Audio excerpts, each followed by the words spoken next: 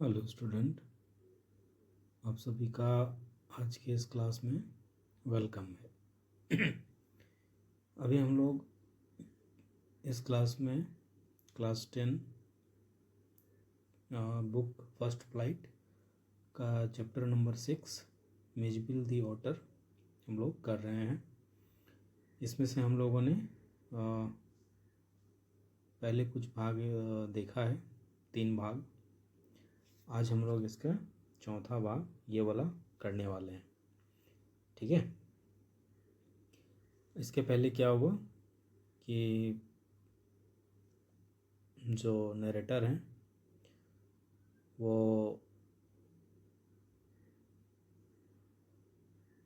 Otter को लेकर के, यानी कि मिस को लेकर के वो है ना लंदन पहुंच चुके हैं। उसके बाद हम लोग यहाँ पर देखेंगे कि अब क्या होता है, ठीक है। तो देखते हैं, स्टार्ट करते हैं आज के इस क्लास को। After an eventful journey Maxwell and his otter reach London where he has a flat. कहते हैं कि ये जो घटना रही काफ़ी इवेंटफुल रही, है ना। बहुत सारी घटनाएं घटी इस जर्नी में, है ना। बसरा से लेकर के लंदन पहुंचने के बीच में बहुत सारी घटनाएं घटी। तो इतना इवेंटफुल जर्नी होने के बाद मैक्सवेल, हाँ, गेविन मैक्सवेल जो इसके नरेटर हैं, वो और उनका ऑटर लंदन पहुंचते हैं, जहाँ पर इनका एक खुद का एक फ्लैट है, ठीक है।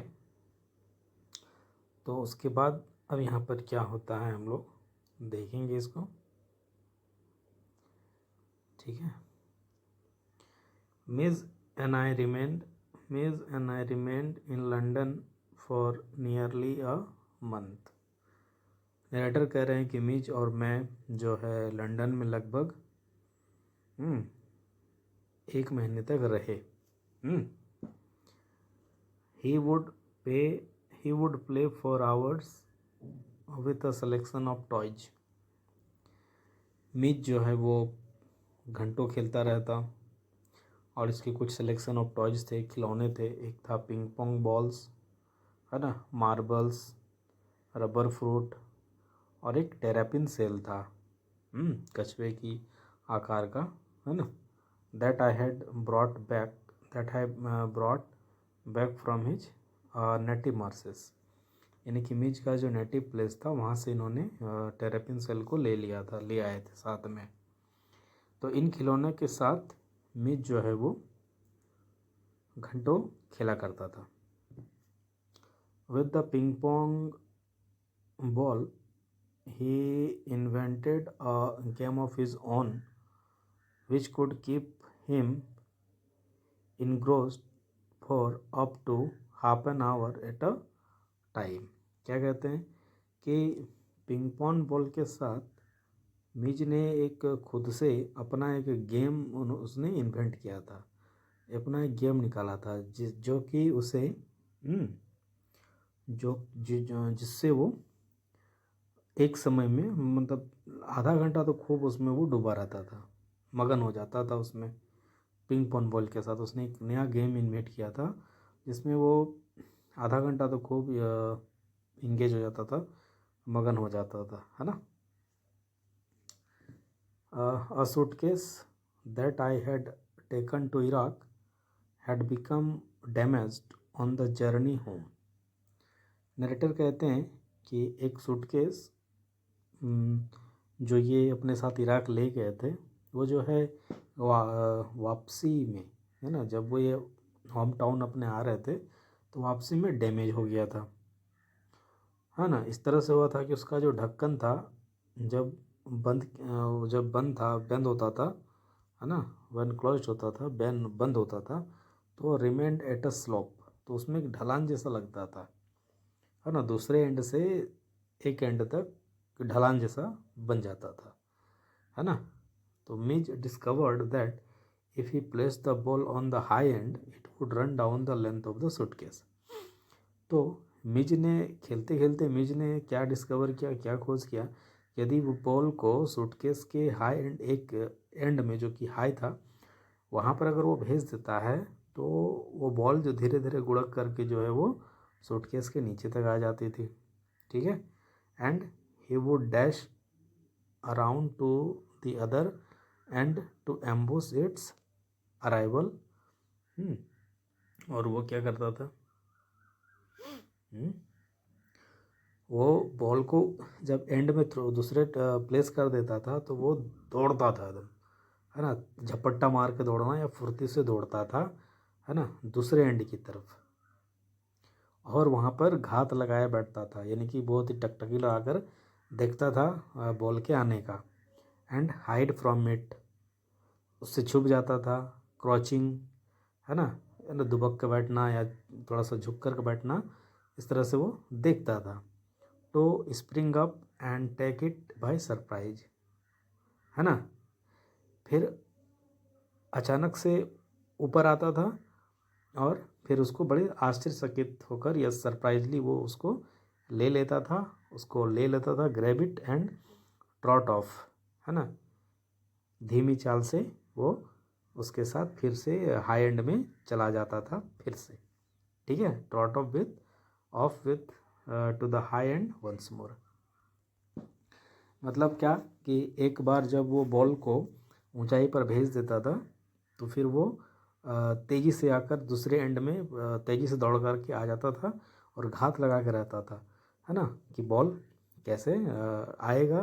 फिर वो छिप जाता था, फिर उसको वो अचानक से मतलब झुक कर बैठता था और फिर उसको अचानक से ले लेता था सरप्राइज होकर के. और फिर धीरे धीरे चाल से, है ना, धीरे धीरे चलते चलते वो फिर दूसरे एंड पर पहुंच जाता था सूटकेस के, ठीक है. Outside the house I exercised him on a lead. ये तो घर में था. अब घर के बाहर डायरेक्टर बोलते हैं कि घर के बाहर मैंने उसको एक्सरसाइज करना सिखाया. प्रिसाइजली अगर कहें, है ना, अगर ठीक ठाक या निश्चित रूप से कहें, हाँ, प्रिसाइजली कहें तो मान के चलो कि वो एक कुत्ता है ना, इस तरह से हो रहा था. मीज quickly developed certain compulsive habit. तो मीज जो है वो बहुत जल्दी से वो सीख गया कुछ, है ना, अनिवार्य चीज़ें जो है वो सीख गया था. On this walk in the London street, जब वो वॉक के लिए जाते थे सुबह लंदन की सड़कों पर, तो वो कुछ, है ना, कंपल्सिव अनिवार्य चीज़ें वो बहुत जल्दी सीख लिया था. The ritual of children who on their way to and from school must place their feet squarely on the centre of each paving block. मतलब क्या देखा था कि ritual of children who on their way, बच्चे जो school जाते थे, वो कैसे करते थे वो सारा चीज़. और उसके बाद स्कूल से फ्रॉम स्कूल से क्या कहता था, must place their feet squarely on the centre of each paving block जो होते हैं ना, वो टाइल्स वगैरह जो लगाता था, टाइल्स उसकी स्क्वायर में, है ना, पैर रखना. Must touch every seventh upright of the iron railing. Iron की जो रेलिंग होती है उसमें जो है वो सातवां, एवरी सेवंथ अपराइट जो सीधा खड़ा होता था वो सातवें को टच करना होता था. और pass to the outside of every second lamp post. और प्रत्येक सेकंड में लैम्प पोस्ट जो होता था, वो जो बिजली का खंभा जो होता था, उसको पास करना होता था, ठीक है. Opposite to my flat was a single storeyed primary school. Narrator कहते हैं कि मेरे फ्लैट के ऑपोजिट में एक माला या एक तल्ला, है ना, सिंगल फ्लोर होता है ना, एक मंजिला कह सकते हैं हम लोग, एक मंजिला प्राइमरी स्कूल था. उसका जो फ्रंटेज था वो उसमें अ लो वॉल सम 2 फीट हाई, है ना, 2 फीट ऊंचाई का एक दीवार था आगे में। On his way home but never on his way out, which means would tug me to this wall. On his way home, घर आते वक्त, लेकिन never on his way out. जब वो, तो मतलब जब भी वो कभी घर आता था, घर आने के समय में मीच जो है वो मुझको इस दीवार पर टग करता था। मतलब या तो दीवार जब भी आता था तो खींचता था हमको जोर से, है ना, या झटके से खींचता था, नरेटर बोलते हैं, है ना। Jump on it, on to it, उस पर वो कूद जाता था। And gallop the full length of its 30 yard, है ना। और वो पूरा जो 30 यार्ड का जो उसकी लंबाई थी उस वॉल की, उस पर वो सरपट दौड़ लगाता था। हाँ, टू द होपलेस डिस्ट्रैक्शन, एक होपलेस डिस्ट्रैक्शन था, यानी कि थोड़ा बहुत जो वहाँ पर बच्चे होते थे, प्यूपिल्स होते थे और स्टाफ होते थे, उनके बीच में एक होपलेस डिस्ट्रैक्शन पैदा हो जाता था, यानी कि उन दोनों का ध्यान जो है थोड़े देर के लिए भटक जाता था। तो ये कह रहे हैं नरेटर। अब आगे हम लोग देखते हैं क्या है।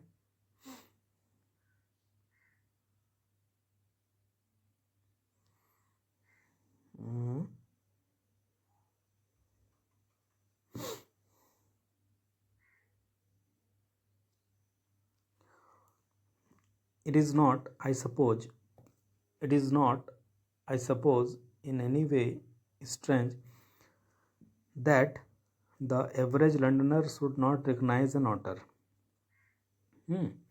मतलब नरेटर बोलते हैं कि ये कोई आश्चर्य की बात नहीं है ना। मुझे लगता है कि ऐसा नहीं है, बट मुझे लगता है कि जो लंदन के जो रहने वाले लोग हैं, अगर एक एवरेज देखा जाए तो वो ऑटर को रिकॉग्नाइज नहीं कर पाते हैं या नहीं पहचान पाए वो लोग। But the variety of guesses as to what kind of animal this might be came as a surprise to me. लेकिन बहुत सारे अनुमान, है ना, कि किस प्रकार का ये एनिमल है, जब ये मेरे सामने आया एक सरप्राइज़ के रूप में मेरे सामने आया। Otter belong to comparatively small group animals called mustelines. ये जो ऑटर होता है ये कंपैरेटिवली, ये जो है ये, है ना, ये आपका एक छोटा एनिमल का छोटा ग्रुप, जिसको कि मस्टलिन्स या मस्टलाइंस कहते हैं, जिसमें कि बेजर, मंगूज, नेवला वगैरह इस टाइप के जो जानवर होते हैं, विजल, स्टॉट, मिंक और दूसरे आते हैं। तो इन्हीं ग्रुप में से ऑटर आता है। I faced continuous barrage of conjectural questions that spread all the mustelines but the otter। तो ये कहते हैं, राइटर कहते हैं कि आई फेस्ड कंटिन्यूस बैरेज, है ना, मतलब इनको जो है लगातार एक प्रकार का क्वेश्चन करके, है ना, जो होता है नाटकल पच्चू क्वेश्चन या अनुमान से लोग क्वेश्चन कर करके इनका जो है एक तरह से दिमाग में थोड़ी सी बाधा इनको आ रही थी, जो कि पूरे मस्टलाइंस पर आती थी, ना कि ऑटर पर, हाँ, जो कि ऑटर पर ही थी। मोर रैंडम गैसेस हिट ऑन, जो ज़्यादातर अनुमान जो था वो क्या था कि एक बेबी सील है या एक स्क्वायरल है ना। क्या ये वॉलरस है mister? Reduced me to giggles, है ना, रिड्यूस्ड मी टू गिगल्स। तो मैं जो है मंद मंद हंस रहा था। And outside a dog so I heard a hippo, और बाहर में मैंने सुना, है ना, अ डॉग, एंड आउटसाइड, बाहर में, अ डॉग, है ना, सो, और फिर मैंने सुना हिप्पो, बीवर, बियर कब, है ना, और leopard, one apparently that had changed its spot and a brontosaur। तो कहने का ये मतलब है कि जब ये लंदन की सड़कों पर घूमने लगे तो चूँकि ओटर को रिकग्नाइज बहुत कम ही लोग कर पा रहे थे, तो वो अलग अलग नाम इनको दे रहे थे, ठीक है, अनुमान लगा रहे थे। तो इससे इनका जो है जो अटकल पच्चू इनको क्वेश्चन या सजेशन मिल रहा था, तो उससे इनको बहुत सारी बाधाएं आ रही थी, है ना, दिमाग इनका थोड़ा सा डिस्टर्ब हो गया था। मिज वाज एनीथिंग बट एन ओटर। मिज जो है सिर्फ ओटर था और कुछ नहीं था, ठीक है। But the question for which I awarded the highest score come from a labourer digging a hall in the street. लेकिन ये जो सबसे बड़ा कह रहे हैं कि लेकिन जो क्वेश्चन जिसके लिए मैं जो है वो सबसे हाई स्कोर मैंने हाई पॉइंट इसको दूंगा, जो कहाँ से आया था, तो एक मज़दूर से आया था जो कि सड़क पर एक गड्ढा कोड़ रहा था। मैं जो है I was still far from him, मैं अब भी उससे बहुत दूरी पर था, है ना। When he let down his tool, मैं उससे बहुत दूर पर था जब उसने अपना जो उसका जो हथियार था, है ना, जो टूल था जिससे वो गड्ढा कोड़ रहा था, साधन जो था वो उसको उसने रख दिया ज़मीन पर। Put his hand on his hips, कमर पर उसने अपने हाथ रख लिए।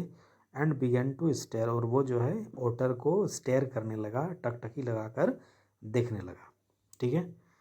As I drew nearer I saw his expression of surprise. Narrator कहते हैं कि जैसे ही मैं उसके सामने गया तो मैंने देखा कि उसके चेहरे पर एक आश्चर्य वाला एक्सप्रेशन है ना, एंड अफ्रंट, है ना, और एक प्रकार से मान के चलो तिरस्कार जैसा कर रहा है या अपमान जैसा, है ना, अनादर करने लायक उसका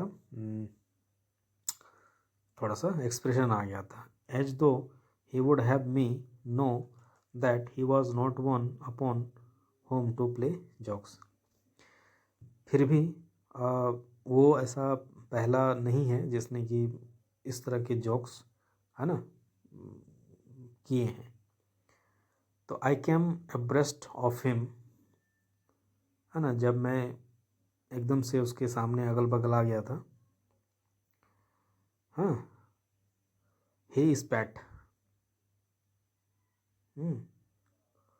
वो जो है एक प्रकार से झगड़े टाइप का करना या हल्का फुल्का वो जो है वो ताली बजाने टाइप से किया, माने होता है ना किसी को ताली बजा के होता है ना सिंगल ताना मारने जैसा।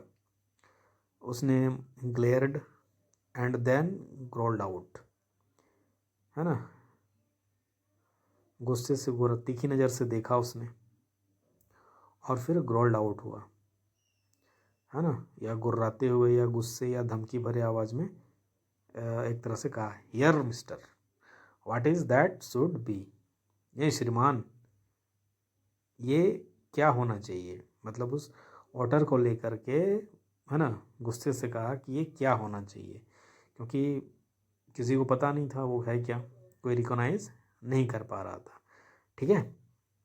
तो यही था हमारा स्टोरी जो यहाँ पर एंड होता है, ठीक है। आई होप आपको अच्छा लगा होगा। और एक चीज़ मैं बताना चाहूँगा, ये जो वर्ड दिए हैं साइड में, पूरे बुक में जितने भी वर्ड होंगे इनको आपको इंग्लिश टू इंग्लिश याद कर लेना है, बहुत ही फ़ायदेमंद होने वाली है, ठीक है। तो ये हमारा जो था आज का चैप्टर नंबर 6 ये हमारा ख़त्म हुआ, है ना। उम्मीद है आप सबको ये अच्छा लगा होगा। अगर आपको अच्छा लगा हो तो आप इसे लाइक करें, कमेंट करें, अपने फ्रेंड के साथ शेयर भी करें, और वीडियो को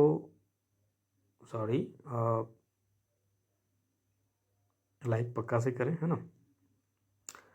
चैनल को सब्सक्राइब करके बेल आइकन पक्का से दबा दें। यहाँ पर आपको क्लास 10 इंग्लिश का पूरा सिलेबस सिंपल और इजी वे में कंप्लीट कराया जाएगा। ठीक है, तो चैनल को सब्सक्राइब करके बेल आइकन पक्का से दबा दें। वीडियो को पूरा देखने के लिए आप सभी स्टूडेंट का बहुत बहुत धन्यवाद। Thank you student.